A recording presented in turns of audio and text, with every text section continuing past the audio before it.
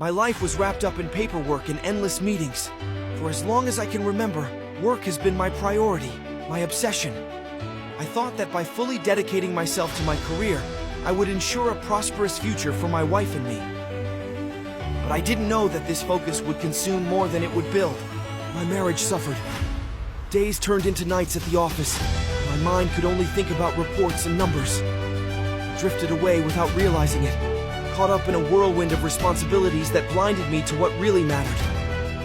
Then came the separation. It felt like the world was crumbling around me.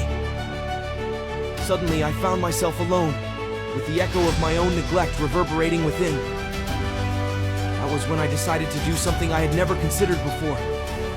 Escape. I packed a few belongings, the essentials, and headed to the Dominican Republic, to a place where the sea breeze and the sun seemed to offer a kind of healing. I took along my old Jeep Wrangler, a loyal companion that had been stored away and forgotten for years. The roar of the engine reminded me of times gone by, moments of adventure and freedom that somehow had been trapped in the attic of time.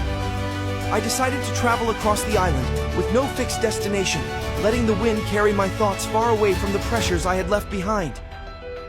I discovered paradisiacal beaches, golden sands, and crystal clear waters that competed with the sky in shades of blue. Every corner of the island reminded me that life was filled with beauty, something I had forgotten in my frenzy for work.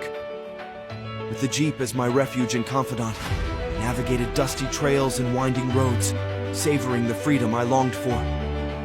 Sunsets over the ocean and the laughter of the locals restored a sense of peace I had lost long ago. During those solitary yet revitalizing days, I began to understand what truly mattered in life. My marriage faded away, but I found a deeper connection with myself and the world around me. With every mile traveled, with every wave kissing the shore, I healed a little more. The Jeep, a silent witness to my personal rediscovery, became my symbol of freedom and rebirth in a place where the Caribbean embraced my sorrows and transformed them into new horizons.